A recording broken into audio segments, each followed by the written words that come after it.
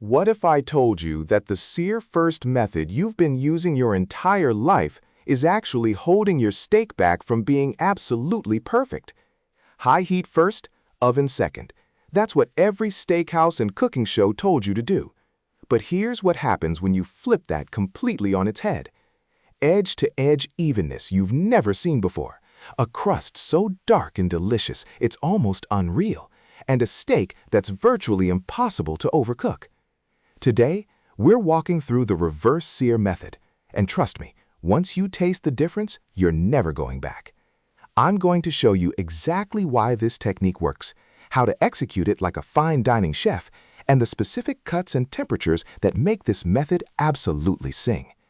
By the time this video ends, you'll understand the science behind it, and you'll be ready to completely change how you cook steak at home.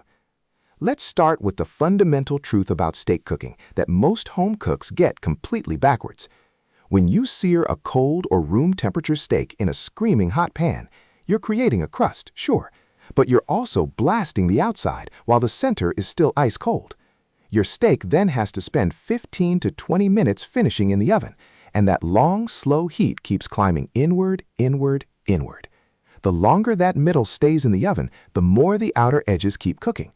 By the time your center hits 130 degrees for medium rare, your edges, they've already climbed to 140, 145, sometimes 150.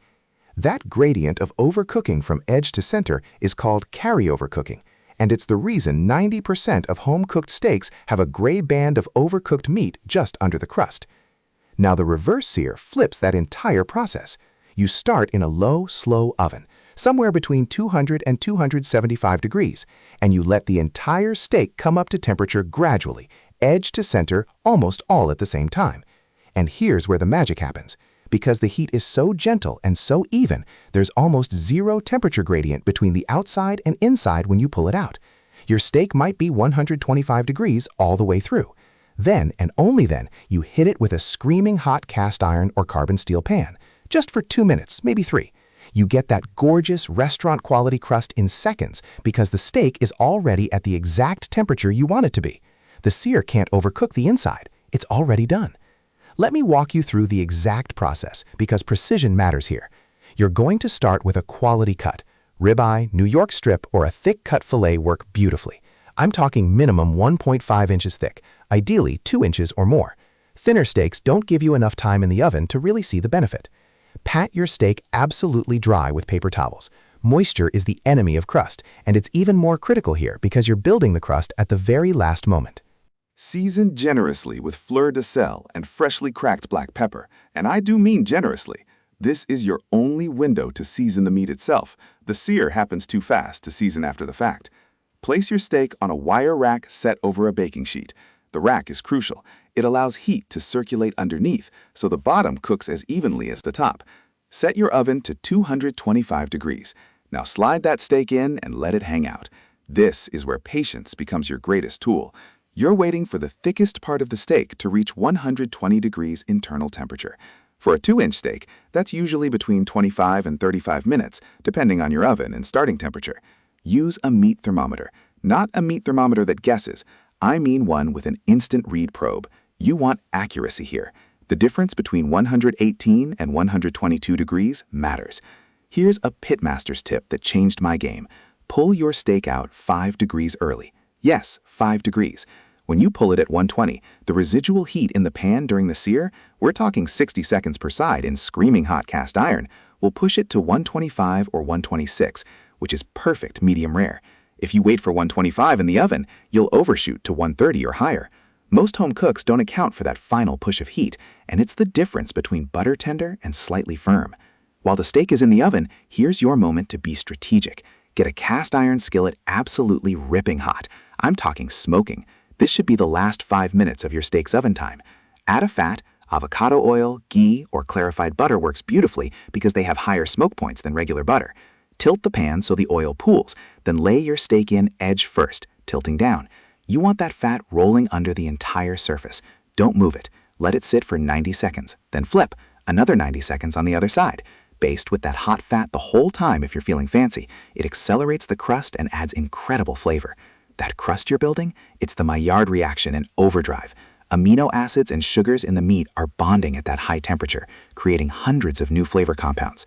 Because your steak is already at the exact temperature you wanted, there's zero risk of carryover cooking destroying your perfect edge-to-center gradient. Pull it out, let it rest for 5 to 6 minutes on a warm plate. The carryover heat will bump it up just a touch to 127 or 128 degrees, and you've got restaurant-quality steak at home. The reason this method works so well is rooted in thermodynamics. Traditional searing creates a gradient of temperature from the outside in, and the oven phase forces that gradient deeper into the meat. Reverse sear builds temperature from the center out, starting cold and slow, so by the time the outside hits heat, the entire steak is already in equilibrium. There's no race happening between the outside and inside. They're moving together. Now, the cuts that shine under this method are the premium ones. Dry-aged ribeye, which has incredible marbling and needs even cooking to show off that fat distribution. Wagyu or A5 beef, where the fat content is so high that a harsh sear can create bitter, burnt flavors, but the gentle oven phase lets that fat render perfectly. Filet mignon, which is so tender that the only enemy is overcooking, and reverse sear makes overcooking almost impossible. Even New York strips, leaner, more finicky to cook, become foolproof under this method. Here's what you need to avoid. Don't use the reverse sear method on thin steaks. Below 1 1/4 inches, you won't have enough time for the gentle face to matter. The math doesn't work out. Also, don't skip the wire rack.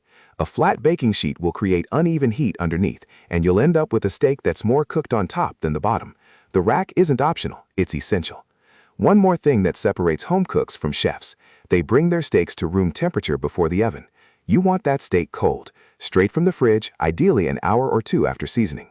Cold meat takes longer to come up to temperature, which means longer time in the gentle oven phase, which means more even cooking. It sounds counterintuitive, but it works.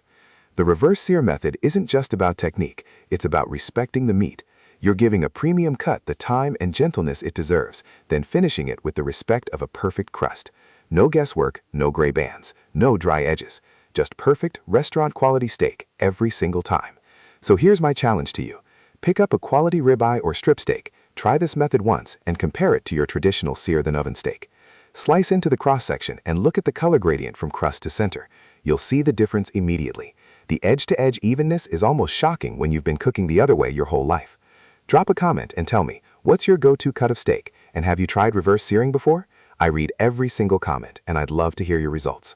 Hit that subscribe button so you never miss a recipe, a technique, or a deep dive into the world of meat. Next time, we're breaking down the science of dry aging beef at home, and it's way simpler than you think. See you there.